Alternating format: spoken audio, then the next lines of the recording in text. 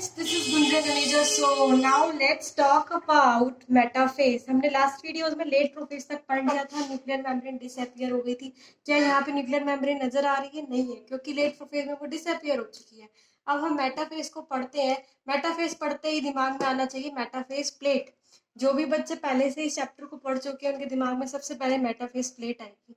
और जिन्होंने नहीं पढ़ा उनको मैं बता देती हूँ कि इस मेटाफेज स्टेज में क्या क्या होता है. मेटाफेज स्टेज में सबसे पहले जो स्पिंडल फाइबर्स हमारे लेट प्रोफेज में बने थे, जो माइटोटिक अपैरेटस बना था हमारा लेट प्रोफेज में, उसमें से स्पिंडल फाइबर्स आके काइनेटोकोर से अटैच होते हैं. ये काइनेटोकोर क्या होता है? सेंट्रोमेयर के अराउंड एक डिस्क लाइक स्ट्रक्चर का प्रेजेंट होना, दैट इज काइनेटोकोर.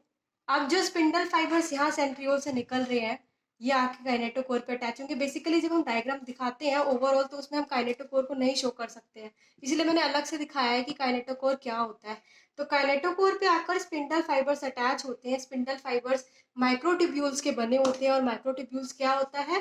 माइक्रोट्यूब्यूल्स हमारा साइटोस्केलेटल स्ट्रक्चर है. ठीक है, तो spindle fibres comes and attach to the kinetochore of chromosomes. ये हो गया. नेक्स्ट पॉइंट ये होता है कि centromere of all the chromosomes lie at the equator of cell to form metaphase plate. ये सब के सारे क्रोमोसोम्स आएंगे और सारे एक पूरी लाइन में आके अरेंज हो जाएंगे. जब ये सारे क्रोमोसोम्स एक लाइन में आके अरेंज हो गए तो एक प्लेट लाइक स्ट्रक्चर फॉर्म होगी. उसे हम बोलेंगे मेटाफेज प्लेट, क्योंकि ये मेटाफेज स्टेज में फॉर्म हो रही है इसलिए मेटाफेज प्लेट हो जाएगी. और इस प्रोसेस को हम कांग्रेशन कहते हैं. कॉन्ग्रेचुलेशन नहीं कहते हैं, क्योंकि आज 12th वालों का रिजल्ट आउट हुआ है तो ये मत समझ लेना कि कॉन्ग्रेचुलेशन लिखा है.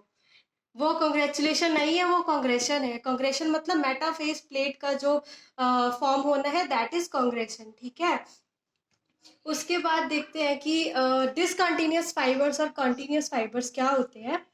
तो डिसकंटिन्यूअस फाइबर्स वो होते हैं जो फाइबर्स एक पोल से अटैच होते हैं और दूसरे पोल पे आके एक पोल से स्टार्ट होते हैं और दूसरे पोल पे आके फॉर्म होते हैं, मतलब जुड़ते हैं. और वो पास करते हैं अपने रास्ते में काइनेटोकोर से. तो डिसकंटिन्यूअस फाइबर्स आपको समझ में आ गया. नेक्स्ट, ये मत सोचना कि सिर्फ डिसकंटिन्यूअस फाइबर्स ही होते हैं. कुछ कंटिन्यूअस फाइबर्स भी होते हैं जो कि नॉन काइनेटोकोर फाइबर्स होते हैं, जो सीधे फॉर्म होते हैं एक पोल से और दूसरे पोल पे आके अटैच हो जाते हैं. तो वो कंटिन्यूअस फाइबर्स होते हैं. और डिसकंटिन्यूअस फाइबर्स होते हैं काइनेटोकोर फाइबर, जो अपने रास्ते में काइनेटोकोर से हाई हेलो करते हुए जाते हैं. हाई हेलो करने का मतलब है कि वो काइनेटोकोर से आके अटैच होते हैं. ठीक है, तो इसमें क्या होता है? कंडेंसेशन मैक्सिमम स्टेज में हो चुका होता है. जो क्रोमोसोम है वो मैक्सिमली थिक हो चुकी है, इसीलिए इस स्टेज में हम morphology of the chromosome best study कर सकते हैं. ठीक है, बेस्ट स्टडी कर सकते हैं इसमें हम मॉर्फोलॉजी को. ठीक है, तो उसके बाद हम देखेंगे कि ये सारे पॉइंट समझ में आ गए कि स्पिंडल फाइबर्स का अटैचमेंट, सेंट्रोमेयर का. हाँ, ये लिखा है centromere of all chromosomes lie at equator.